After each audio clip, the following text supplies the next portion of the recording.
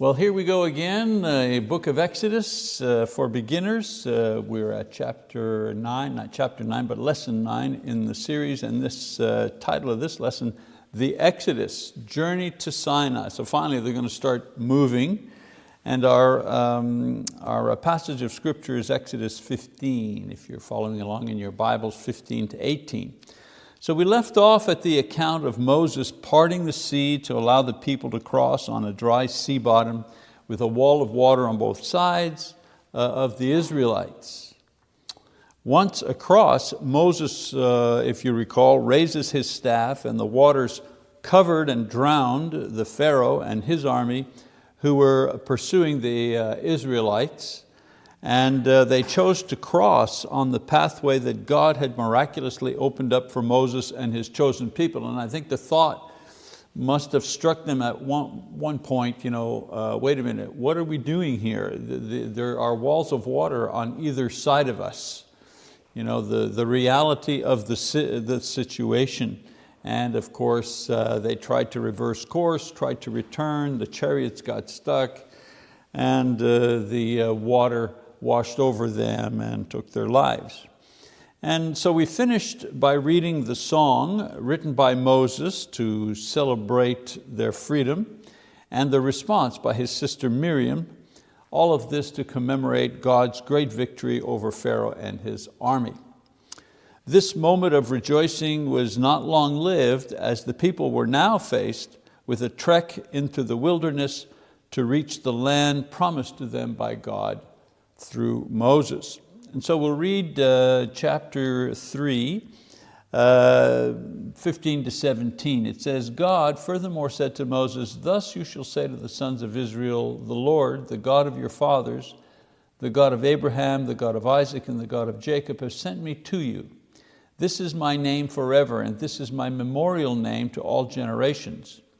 Go and gather the elders of Israel together and say to them, the Lord, the God of your fathers, the God of Abraham, Isaac, and Jacob, has appeared to me, saying, I am indeed concerned about you and what has been done to you in Egypt. So I said, I will bring you up out of the affliction of Egypt to the land of the Canaanite and the Hittite and the Amorite and the Perizzite and the Hivite and the Jebusite, to a land flowing with milk and honey. And there was the promise of the land. And finally, Moses is saying, now's the time to lead you to this particular land.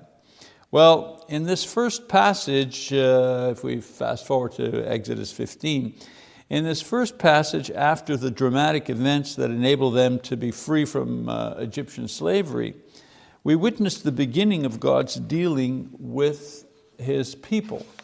So far, His focus and miracles have been directed at the Pharaoh and his nation. The Jews have been witnesses and benefactors of God's dealings with the Egyptians. In this section, we have a summary of how God will deal with His chosen people and how He expected them to respond to Him. So let's go to Exodus now, chapter 15, and read beginning in verse 22. It says, then Moses led Israel from the Red Sea, and they went out into the wilderness of Shur. And they went 3 days in the wilderness and found no water. When they came to Marah, they could not drink the waters of Marah, for they were bitter. Therefore it was named Marah. So the people grumbled at Moses, saying, what shall we drink? Then he cried out to the Lord, and the Lord showed him a tree, and he threw it into the waters, and the waters became sweet. There he made for them a statute and a regulation, and there he tested them. One more verse, it says, and he said, if you will give earnest heed to the voice of the Lord your God, and do what is right in His sight, and give ear to His commandments, and keep all of His statutes, I will put none of the diseases on you, which I have put on the Egyptians, for I, the Lord, am your healer. Then they came to Elim, where there were 12 springs of water and 70 date palms, and they camped there beside the waters. Okay, there's the entire passage. All right, so the first order of business was to find water for themselves and their animals. When they have traveled 3 days to a place where there should be water, they find that the water is bitter, marrow. So if you follow down from Ramesses down to Succoth, and where they crossed over Baal Zephon, and then they go down to Marah. This is the first place that there's some dialogue that takes place. They find that the water is bitter. Marah means bitter or salty. Here is where we see a familiar pattern begin in the interaction between Moses and the people. The people immediately grumble and complain, and they direct their frustrations towards Moses, asking, or maybe not even asking, but demanding that he find a solution. Moses, to his credit, does not defend himself or argue back with the people. He immediately cries out to God for help, something that the people should have done. Moses had no power. He was only God's spokesman to deliver messages from God to the people. The people had overestimated Moses' power and authority. Their faith should be in God, not in Moses. But God answers Moses' prayer for help in one of two ways. First, practical knowledge. He teaches him a primitive way to desalinate water. The word tree here in verse 25 can mean part of a tree or brambles or cut pieces of a tree. And it turns out that wood charcoal from the acacia trees, which were plentiful in that area, were also useful in desalinating water, thereby making it fit to drink. And then there's a miracle. God could have miraculously transformed the bitter water into potable drinking water with Moses putting a tree or wood in the water as a symbolic gesture. Just like raising his staff to divide the sea was a symbolic gesture and not the cause of the sea separating. So we're not sure which of these was the cause for the purifying of the water. However, the point to remember for the people here was that they needed to make their needs and their fears known to God, not just to Moses. God was their leader, and as he says in verse 26, he was also their healer. So Moses notes at the end of verse 25 that God summarizes the nature of the relationship he will have with his people from this time forward. In simple terms, if they will obey him, he will take care of them, and he will protect them from physical illness and harm. He even says, he will be their healer. As a practical demonstration of this promise, God, through Moses, leads them to a pleasant oasis in the wilderness with plenty of water and shade and fruit to eat. And so there's a kind of a happy ending there to this particular drama. We continue now in chapter 16, where the story of the Lord providing manna is found. We read chapter 16, verses 1 to 3. It says, "Then they set out from Elim, and all the congregation of the sons of Israel came to the wilderness of Sin, which is between Elim and Sinai, on the 15th day of the second month after their departure from the land of Egypt. The whole congregation of the sons of Israel grumbled against Moses and Aaron in the wilderness. The sons of Israel said to them, 'Would that we had died by the Lord's hand in the land of Egypt, when we sat by the pots of meat, when we ate bread to the full, for you have brought us out into this wilderness to kill this whole assembly with hunger.'" Well, we see them, they leave Egypt in a hurry without provisions for a long journey. They've been traveling about a month and they're running low on supplies. They're not wanting to eat their breeding stock, which they will need when they arrive, when they settle in the promised land. The familiar pattern of complaining against Moses, but this time suggesting that he somehow brought them into the wilderness to starve them to death. Applying evil motives to him in addition to their accusation. It demonstrates how quickly people can turn on their leaders when things go wrong. So we continue reading in verse 4.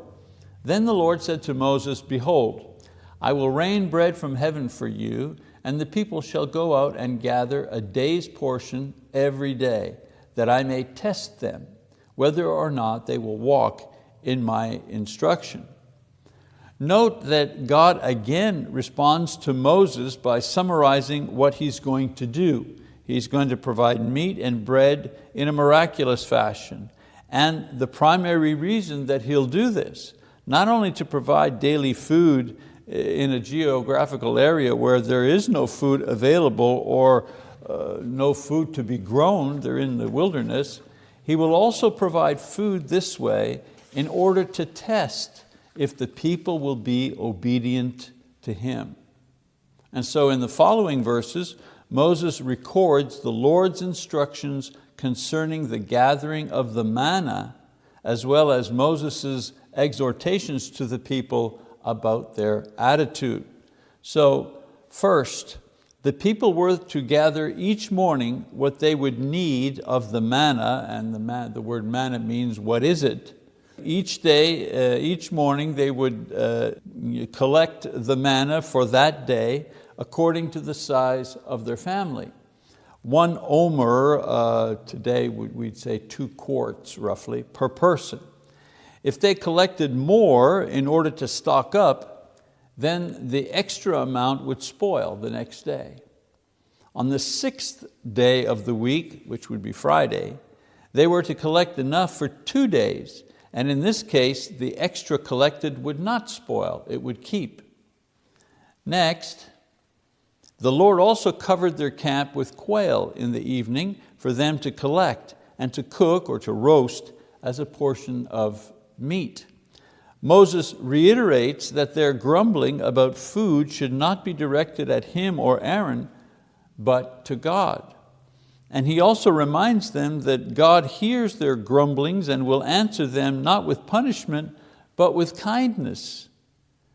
By providing the quail, that's it, by providing the quail in the evening and the bread or the manna in the morning. And so the manna, it looked like frost on the ground, which appeared like coriander seed, and it tasted like honey wafers, and it was white in color. It could be ground in order to bake into cakes, or it could be boiled to form noodles. It was designed to satisfy hunger, which it did each day for those who gathered it. Whatever was left uncollected on the ground melted away with the heat of the sun. However, no matter how much was needed and collected, there was always enough, even on the day that the people had to collect enough to last them 2 days. And so in the next section, God is going to give instructions concerning the Sabbath and how it is to be observed. So chapter 16, we go to verse 22. Moses writes, now on the 6th day they gathered twice as much bread, 2 omers for each one. When all the leaders of the congregation came and told Moses, then he said to them, this is what the Lord meant. Tomorrow is a Sabbath observance, a holy Sabbath to the Lord. Bake what you will and boil what you will boil, and all that is left over put aside to be kept until morning. So they put it aside until morning, as Moses had ordered, and it did not become foul, nor was there any worm in it. Moses said, eat it today, for today is a Sabbath to the Lord. Today you will not find it in the field. 6 days you shall gather it, but on the 7th day, the Sabbath, there will be none. We see then that the Israelites had been slaves in Egypt, and as such they worked 7 days a week. There was no day off for worship of any kind or rest of any kind. This is the first time that Sabbath, which means to cease or to rest, is mentioned in the Bible in this context. The observance of the Sabbath is introduced in conjunction with the gathering of food in order to survive. In order to set the day aside as a special day, a holy day, God would provide enough manna on Friday so that 2 days' worth could be collected and stored without spoilage. Furthermore, there would be none available on the seventh day to gather, even if they went out looking for it. This ordinance was established before the various commands for worship were given, so that at this point the purpose of the Sabbath was to introduce a day of rest from work. Let's keep reading in verse 27. It came about on the seventh day that some of the people went out to gather, but they found none. Then the Lord said to Moses, "How long do you refuse to keep my commandments and my instructions? See, the Lord has given you the Sabbath. Therefore he gives you bread for 2 days on the sixth day. Remain every man in his place. Let no man go out of his place on the seventh day." So the people rested on the seventh day. Of course, as they were used to doing, many of the people went out to search for manna on the seventh, and they found none. Perhaps they were lacking in faith, maybe they were curious, maybe they wanted to hoard. God speaks to the people through Moses, explaining that the reason they were to collect 2 days' worth on Friday and bake and boil it on that day was because none would be available on the Sabbath day, and none would be available on that day because God wanted His people to rest and to stay home on the Sabbath. Now, the interesting thing is that none of the religions of that time featured a command from pagan gods to their worshipers that they needed to take a day off each week in order to rest. The Israelites were unique in this regard, and it was one thing that the surrounding nations noticed about them that was different. In giving this command in conjunction with the way He provided food for His people, one day at a time, and then 2 days worth on Friday to allow for a day of rest on Saturday, the Sabbath, God was teaching His people to depend on Him for their needs, even their most basic needs, like food and rest. And so Moses summarizes the episode by explaining the features of manna, and that this miracle should be commemorated by placing some in a jar, which would eventually be placed in the Ark of the Covenant, which would also hold the tablets of the 10 Commandments and rest in the Holy of Holies in the tabernacle. So Moses concludes by confirming that the Jews eventually accepted and followed these instructions about manna and the Sabbath day throughout their 40 years in the desert, and they stopped eating manna only when they arrived at the border of the promised land. By the way, an omer, or 1/10 of an ephah, again, is about a cup. Then we go to another miracle. We have the manna, we have the quail, another miracle, water from a rock in chapter 17. If we look at the map, we note that God is leading Moses and the people to a specific place, which is Mount Sinai, where He will give them a witness of His presence and His power, as well as a key element in their identity as a people. And that will be their moral code embodied in the 10 Commandments.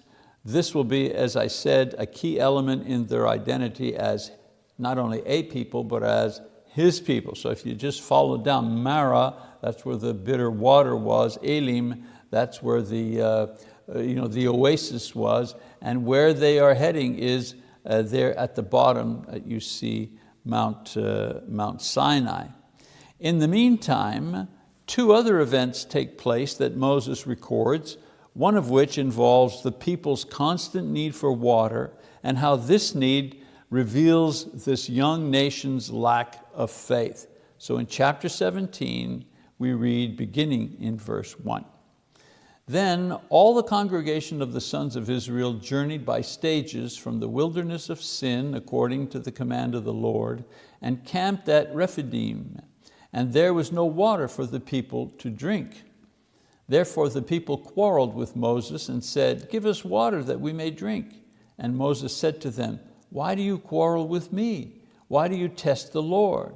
But the people thirsted there for water, and they grumbled against Moses and said, "Why now have you brought us up from Egypt, to kill us and our children and our livestock with thirst?" So Moses cried out to the Lord, saying, "What shall I do to this people? A little more and they will stone me." Then the Lord said to Moses, "Pass before the people and take with you some of the elders of Israel, and take in your hand your staff with which you struck the Nile, and go. Behold, I will stand before you there on the rock at Horeb, and you shall strike the rock, and water will come out of it, that the people may drink." And Moses did so in the sight of the elders of Israel. He named the place Massah and Meribah because of the quarrel of the sons of Israel, and because they tested the Lord, saying, "Is the Lord among us or not?" So this was the fourth time that the people quarreled against Moses, or quarreled with him, if you wish. A reminder of the 4 episodes. First, they blamed him when, instead of releasing them at Moses' insistence, the Pharaoh increased their workload. They had to gather their own straw, so they quarreled with him then. Then they complained when they were trapped between the sea and the Egyptian army. Again, they said, "Did you bring us out here just to kill us? We could have just stayed in Egypt." The third time, they blamed Moses and complained when they arrived at Marah and found that the water was bitter and undrinkable at that place. And then this time, they grumbled against Moses when in the wilderness of Sin, they were running low on food and didn't know how they would be fed. Of course, each time God, through Moses, would provide for them or make good on His promise to them. And this time was no different, except this time God wanted credible witnesses to His response in addition to Moses. One problem was that the people doubted that Moses and his assigned leadership from God. They weren't sure that he was really sent by God, because they always complained about him. Disputing with Moses was tantamount to testing God Himself. This time, God instructs Moses to bring the elders of the people to come with him to witness the miracle. So they, and not only he, could report back deeply into the population what God had done and they had seen with their own eyes, and not simply a report from Moses or Aaron.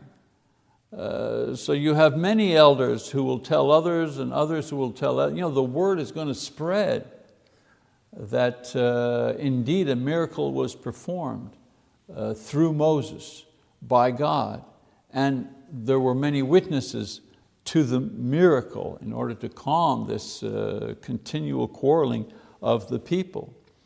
And so with everyone in place, Moses strikes the rock with his staff, the same staff with which he parted the Red Sea, and the water flowed from the rock as a source, and there was enough water to provide for all of the people.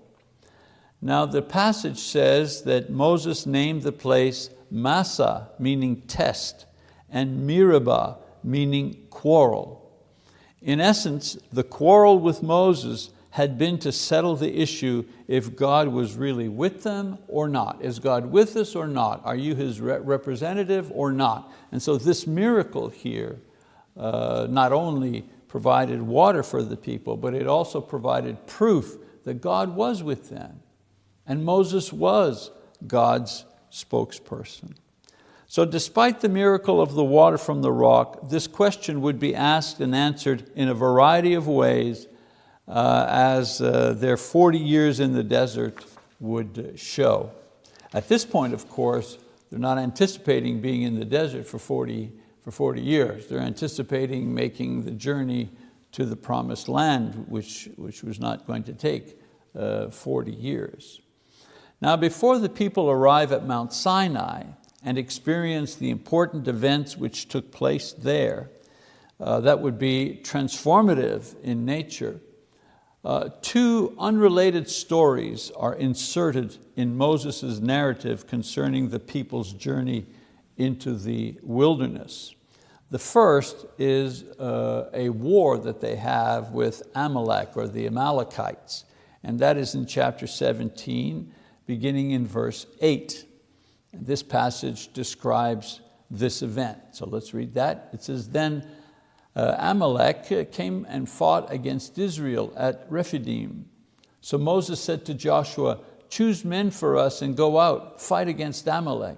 Tomorrow I will station myself on the top of the hill with the staff of God in my hand. Joshua did as Moses told him and fought against Amalek. And Moses, Aaron, and Hur went up to the top of the hill. So it came about when Moses held his hand up that Israel prevailed, and when he let his hand down, Amalek prevailed. But Moses' hands were heavy. Then they took a stone and put it under him, and he sat on it. And Aaron and Hur supported his hands, one on one side and one on the other. Thus his hands were steady until the sun set. So Joshua overwhelmed Amalek and his people with the edge of the sword. Then the Lord said to Moses, write this in a book as a memorial and recite it to Joshua, that I will utterly blot out the memory of Amalek from under heaven. Moses built an altar and named it, the Lord is my banner.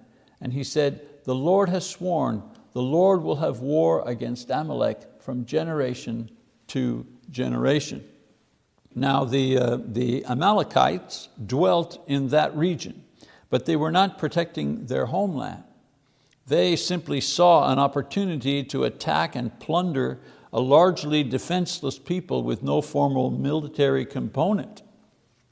Moses instructs Joshua, and this is in this place, Joshua is mentioned here for the first time. And so Moses instructs Joshua to muster a military in order to fight the Amalekite army in defending the people. This is the first military action of the young nation. So Moses, as an effort to motivate his inexperienced army, goes to a hill overlooking the battle and holding up his hands with his staff as a sign of prayer and as a sign of encouragement. The staff, the people recognized, the staff was used in a lot of the miracles that had taken place thus far, and they took courage from this visual. So we learn that so long as Moses' hands stayed up, the Israelites were winning the battle, but when Moses tires and his arms lower, the tide of battle turns. He's brought Aaron and Josephus, the Jewish historian claims that Hur was Miriam's husband or Moses' brother-in-law. Anyways, these two sit Moses down and they help keep his arms aloft until the victory is won. Because of their treachery, God instructs Moses that there would be continual war with this nation until they were completely wiped out. So there is one episode, the war with the Amalekites. Another episode has to do with Jethro.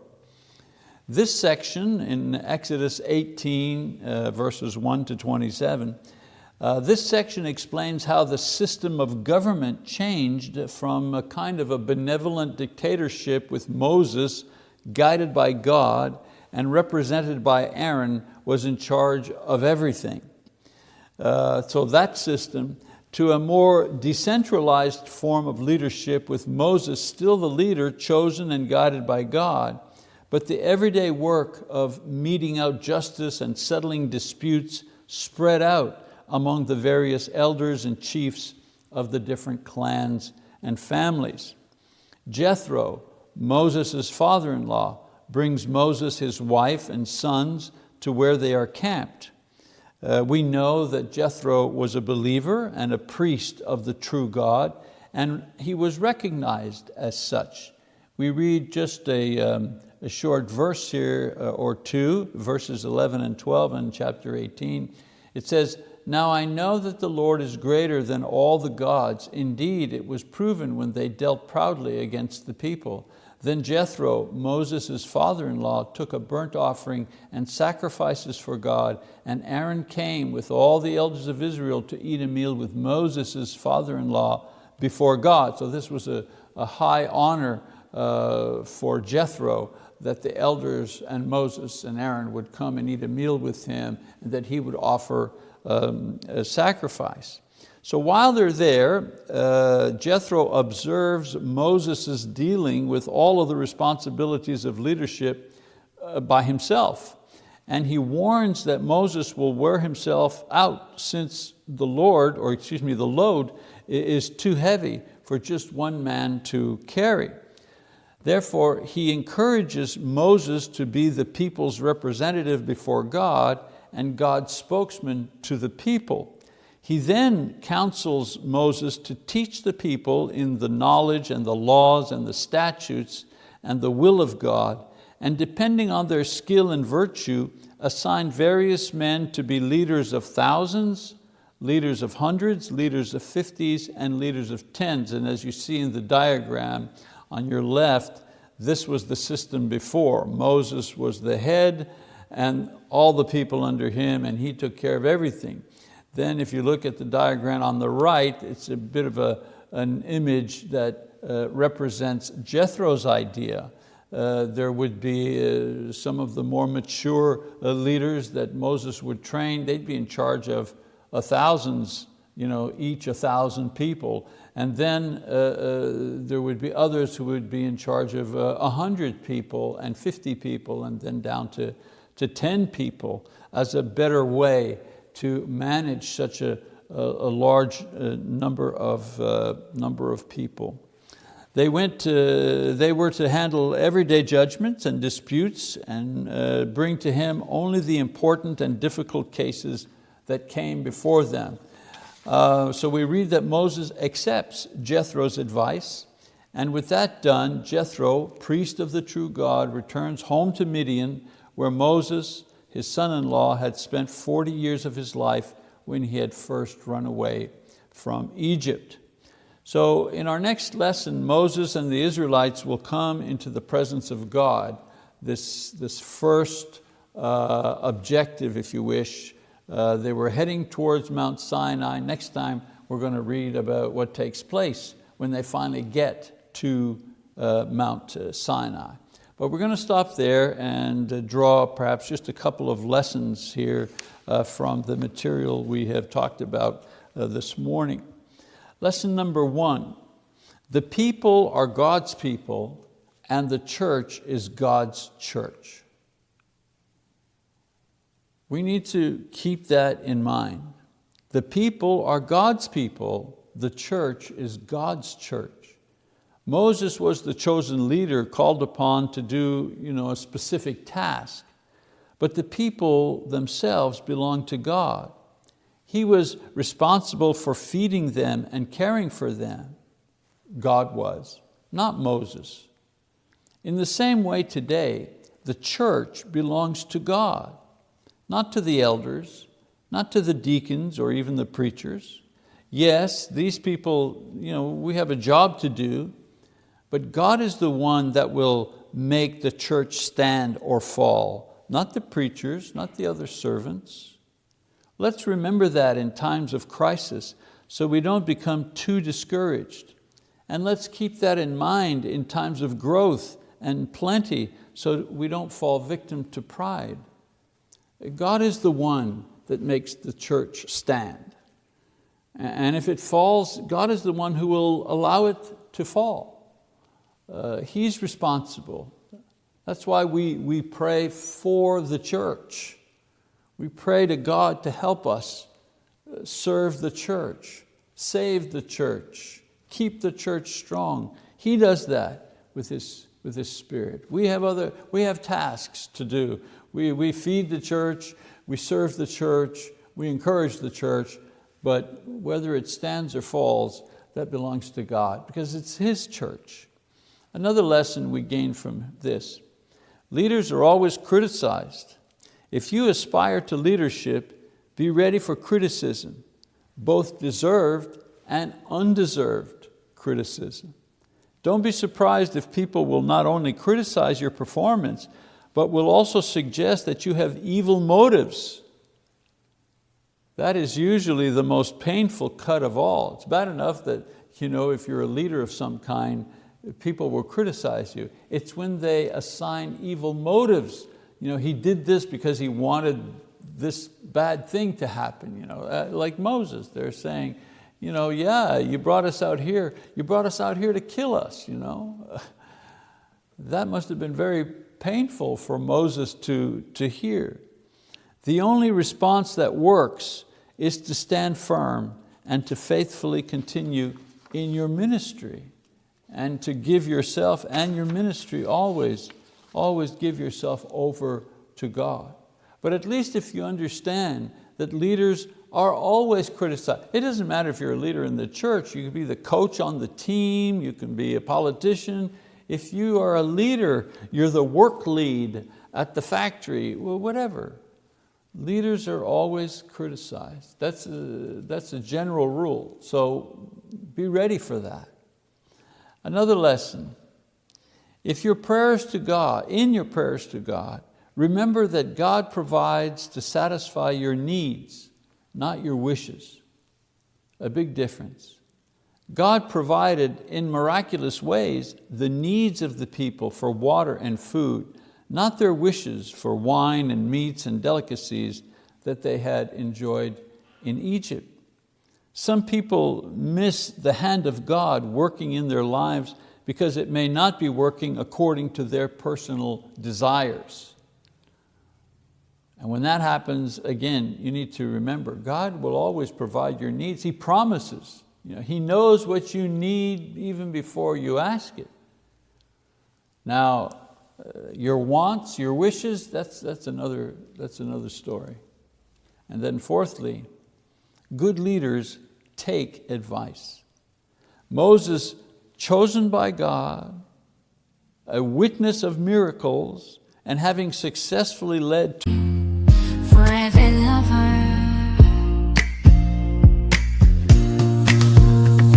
In the depths of the darkest night, your love shines through, a guiding light. With every heartbeat I feel your grace. In your warm embrace I find my place. Darling, don't cry, don't shed a tear, for I'll be your fortress, I'll always be near. Though storms may rage and oceans may roar, I'll stand by your side forevermore. Through the trials and the tests we face, our love will endure, it cannot be erased. So dry your eyes, my love, and take my hand. Together we'll conquer. 2 million people out of Egyptian slavery, was humble enough to follow the advice of one who had not advised or achieved or experienced any of these things. Jethro never experienced any of the things that Moses experienced. But in his wisdom, he was able to give Moses sound advice.